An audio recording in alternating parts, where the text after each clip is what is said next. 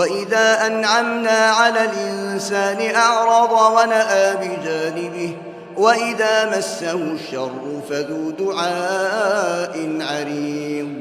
قل رأيتم إن كان من عند الله ثم كفرتم به من أضل ممن هو في شقاق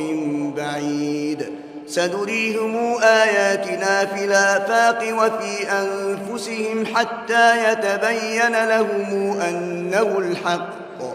أولم يكف بربك أنه على كل شيء شهيد ألا إنهم في مرية من لقاء ربهم ألا إنه بكل شيء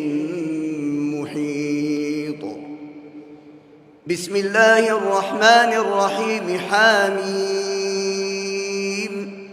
عين